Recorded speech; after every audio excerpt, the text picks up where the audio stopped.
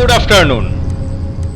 আমার ইউটিউব চ্যানেলে আপনাদের সকলকে স্বাগত।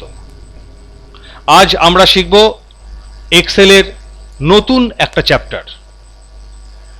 গত এপিসোডে আপনারা এপিসোডটিকে খুব সুন্দর লাইক করেছেন, তার জন্য সকলকে ধন্যবাদ।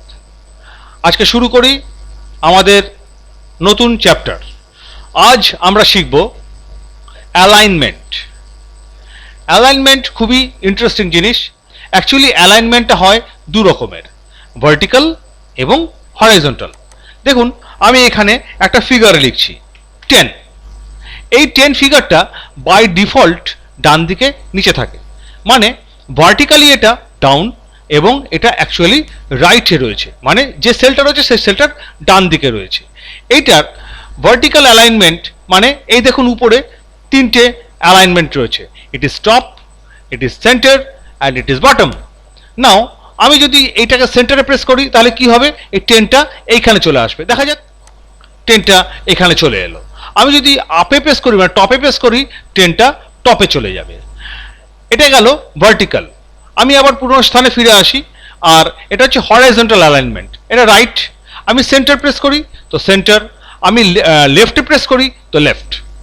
তিন রকম, মানে আমি এই অ্যালাইনমেন্টটা 9 রকমভাবে আপনার সামনে প্রেজেন্ট করতে পারি, লেফট, সেন্টার অ্যান্ড রাইট। হরাইজন্টালে 3টে অ্যান্ড ভার্টিক্যালে 3টে, মানে 3x3 9 টাইপসে আমি এই অ্যালাইনমেন্টটা আপনার সামনে পেশ করতে পারি। ঠিক আছে, তো আমি যদি সেন্টার করি, সেন্টার অ্যান্ড সেন্টার, এটা একদম সেন্টারে চলে এলো। নেক্সট হচ্ছে আমার যে লেখাটা আছে, লেখাটার অ্যাঙ্গেলটা কীরকম হবে। আমি একটা জিনিস লিখলাম, অনলি এক্সেল লিখি তাহলে আপনাদের দেখতে বুঝতে সুবিধা হবে,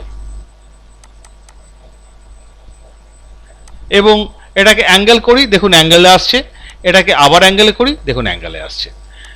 বিভিন্ন রকমের আপনি অ্যাঙ্গেলে এই লেখাটাকে আপনি রাখতে পারেন।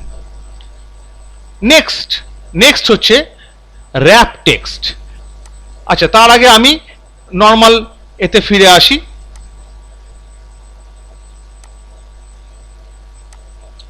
এক্সেল, দেখুন লেখাটা একদম বেরিয়ে যাচ্ছে। এটা তো ঠিক হলো না। এটা যদি আমি সেলের ভিতরেই রাখতে চাই, আমি কি করব, র্যাপ টেক্সট করব। লেখাটা র্যাপ টেক্সট হয়ে গেল। আপনি যাই লিখুন এটা সুন্দর ওই সেলটার ভিতরেই থাকবে। এটাকে বলা হয় টেক্সট র্যাপিং। নেক্সট হচ্ছে মার্জ সেল। মার্জ সেল কি, দুটো সেল যদি আমি মার্জ করে দিই, মানে এইখানে 1 2 3 4 5 এই 5খানা সেলকে একটা সেলে কনভার্ট করব, এটাকে বলা হয় মার্জ সেল। মার্জ করে দিলাম, দেখুন একটা সেলে কনভার্ট হয়ে গেল। মার্জ সেলটা করছি, একটা সিচুয়েশন আমি এরকম করে রাখলাম। দেখুন সামনে দেখতে পাচ্ছেন সাবজেক্টস। আমার কাছে 5খানা সাবজেক্ট আছে, Bengali, Hindi, English, history and geography. তো এই সাবজেক্টগুলোকে, এটা 5খানা সাবজেক্ট রয়েছে, কিন্তু সাবজেক্টটা এইখানে লিখেছি, এটা কিন্তু অ্যাকচুয়ালি এখানে থাকার কথা নয়। এটা 5খানা সেলকেই মার্জ করা উচিত। তো 5খানা সেলকে আমি সিলেক্ট করব, নিয়ে মার্জ ক্লিক করব। দেখুন 5খানা সেল মার্জ হয়ে গেল। দেখতেও খুব ভালো লাগছে যে আপনার সাবজেক্টের এগেনস্টে 5খানা সাবজেক্ট রয়েছে। এখন যেটা আপনাদের শেখাবো সেটা হচ্ছে shrink to fit. Shrink to fit মানে টোটাল লেখাটা আমার ওই সেলের ভিতরে একটা লাইনেই লেখাটা হবে, মানে সেলটা যত বড় তত বড়র মধ্যেই কিন্তু টোটাল লেখাটা চলে আসবে। এটাকে বলা হয় শ্রিঙ্ক টু ফিট। সেই শ্রিঙ্ক টু ফিট আমি কি করে করব, জাস্ট সেলটাকে সিলেক্ট করব। এইবার এইখানে আমি অ্যালাইনমেন্ট সেটিংয়ে যাব। এখানে দেখুন র্যাপ টেক্সট করা আছে, র্যাপ টেক্সটটাকে তুলে দিয়ে আমি শ্রিঙ্ক টু ফিট করব। শ্রিঙ্ক টু ফিট করলে কি হবে, আমি ওকে প্রেস করলাম, দেখুন ওই লেখাটা টোটালটাই একটা লাইনে আপনার কাছে চলে এলো। এইগুলো হচ্ছে আপনার অ্যালাইনমেন্ট। এই অ্যালাইনমেন্টটা আপনাদের খুব কাজে লাগবে। আপনারা এই অ্যালাইনমেন্ট দিয়ে যে কোনো স্প্রেডশিট আপনারা সুন্দরভাবে ডেকোরেট করতে পারবেন।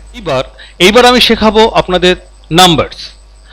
নাম্বারের বিভিন্ন রকমের ফরম্যাট কি করে আপনারা এখানে দেখাবেন সেটা আমি শেখাচ্ছি। নর্মালি আমাদের একটা নাম্বার কি হয়, 1 2 3.25। আমি যদি লিখি 1 2 3.25 চলে আসবে। কিন্তু এটাকে যদি আমি এখন কারেন্সিতে দিয়ে দিই তাহলে কি হবে, দেখুন কি হয়, পাশে একটা রুপিজের সাইন চলে আসবে। এবং যখনই আপনি কোনো একটা সেলকে ওই কারেন্সিতে যদি কনভার্ট করে দেন, তাহলে যখনই আপনি কোনো নাম্বার দেবেন সঙ্গে সঙ্গে দেখুন আমি এখানে একটা নাম্বার দিলাম, সঙ্গে সঙ্গে কী হবে সেটা কারেন্সিতে চলে আসবে। আমি যদি লিখি 56.50 রুপিস 56.50 লিখি, তাহলে কি লিখতে হচ্ছে দেখুন, অটোমেটিক্যালি 56.5 চলে এলো, পাশে রুপিজের সাইনও চলে এলো। মানে আপনার কিন্তু রুপিজ লেখাটা, যে রুপিজের যে সিম্বলটা, সেই সিম্বলটা কিন্তু আপনাকে দিতে হচ্ছে না। ঠিক একই রকমভাবে কারেন্সির পর আমরা কি দেখতে পাই, আমরা দেখছি পার্সেন্টেজ। যেগুলো যেগুলো খুব এসেনশিয়াল সেগুলোই আপনাদের খুব আমি ভালো করে দেখিয়ে দিচ্ছি। কারেন্সির পর পার্সেন্টেজটা কীরকম, যেমন ধরুন আমি পার্সেন্টেজটা লিখলাম 90% যদি লিখি বা 90.25% যদি লিখি, তাহলে কি লিখতে হয় 90.25, তারপর পার্সেন্ট সাইন দিতে হয়।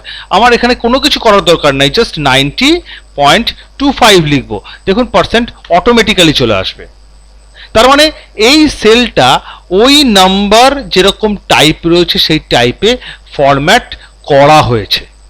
ঠিক একই রকমভাবে এইখানে দেখুন দুটো ডেটের ফরম্যাট রয়েছে, short date and long date. দেখি তো আমি লং ডেট দিয়ে কি হয়, লং ডেটে আমি ক্লিক করলাম, এই সেলটা লং ডেটে ফরম্যাট হয়ে রয়েছে। আমি একটা ডেট দিলাম 10/10/2022, মানে 10ই অক্টোবর 2022। দেখুন লং ডেট মানে হচ্ছে 10 অক্টোবর 2022। অটোমেটিক্যালি এই রকম ফর্মে ও কিন্তু আপনার কাছে ডেটটা ডিসপ্লে করবে। আর যদি শর্ট ডেট দিই তাহলে কি হবে, শর্ট ডেট দিলে হবে 10/10/2022। দেখুন 10/10/2022 নর্মালি চলে এলো। এটা হচ্ছে নাম্বারিং। এইবার তার পাশে কি আছে, এই নাম্বারিংয়ের জাস্ট নিচে কি আছে, এই কারেন্সি এবং এই পার্সেন্টেজ অটোমেটিক্যালি একটা শর্টকাটে রেখে দিয়েছে। আপনাকে ওখান থেকে ড্রপডাউন থেকে ক্লিক করার কোনো প্রয়োজন নেই, জাস্ট ক্লিক করবেন। এসেনশিয়ালের মধ্যে আপনি কারেন্সি এবং পার্সেন্টেজ যেহেতু এসেনশিয়াল খুব, তার জন্য সেগুলো আপনার সামনে রেখেছে। তার পাশে দেখুন কমা রেখেছে, কমাটাও আপনাকে দেখিয়ে দিই। 1,23,45,678 এই ফিগারটা রয়েছে। এই ফিগারটা দেখুন নর্মাল আছে, আপনি কি করলেন, এটাকে কমা দিয়ে দিলেন। দেখুন কিরকম করে আসছে, দেখুন 1,23,45,678। ঠিক আমরা খাতায়, হিসেবের খাতায় যেরকম করে লিখি ঠিক সেরকমভাবে লেখাটা চলে এসছে। এরপর আসছি আমি ডেসিমাল প্লেসেস। নর্মালি আমার 25-এর পর আমার দেখা গেল 4589, মানে 4টে ডেসিমাল প্লেস রেখেছি। কিন্তু আমার দেখা যাচ্ছে 4টে ডেসিমাল প্লেস আমার দরকার নেই। আমি কি করব, আরও কমিয়ে দেব। এইখানে ক্লিক করবেন, আস্তে আস্তে আস্তে আস্তে কমিয়ে যাবে এবং এটা ঠিক 2 ডেসিমাল প্লেসে থাকবে কি 1 ডেসিমাল প্লেসে থাকবে। বা যদি এটা বাড়াতে হয় তাহলে ঠিক পাশেরটায় 3 একদম। এবং এটা কিন্তু মানে অটোমেটিক্যালি রাউন্ড আপ হবে। আমরা তো ডেসিমাল প্লেসের নিয়মটা জানি, 5-এর উপরে হলে অটোমেটিক্যালি পরেরটায় 1 যোগ হয়ে যায়। ঠিক দেখুন 123.2546, মানে যদি আমি একটা ডেসিমাল প্লেস কমিয়ে দিই তাহলে ইট উইল বি 123.255, কারণ 6 রয়েছে, 6টা এখানে রাউন্ড আপ হয়ে যাবে। দেখা যাক, দেখুন অটোমেটিক্যালি 255 হয়ে গেল। আজকে আপনাদের আমি শেখালাম অ্যালাইনমেন্ট এবং নাম্বার। এর পরের দিন একটা দারুণ ইন্টারেস্টিং চ্যাপ্টার আপনাদের কাছে আমি প্রেজেন্ট করব, সেটা হচ্ছে কন্ডিশনাল ফরম্যাটিং। দারুণ ইন্টারেস্টিং, আপনারা ওয়েট করুন। আমি ঠিক আগামীকাল আপনাদের কাছে কন্ডিশনাল ফরম্যাটিংটা পেশ করব। আর আমার ক্লাস যদি আপনাদের খুব ভালো লাগে তাহলে আপনি অবশ্যই এটাকে লাইক করবেন এবং সাবস্ক্রাইব করবেন। ধন্যবাদ, ভালো থাকবেন।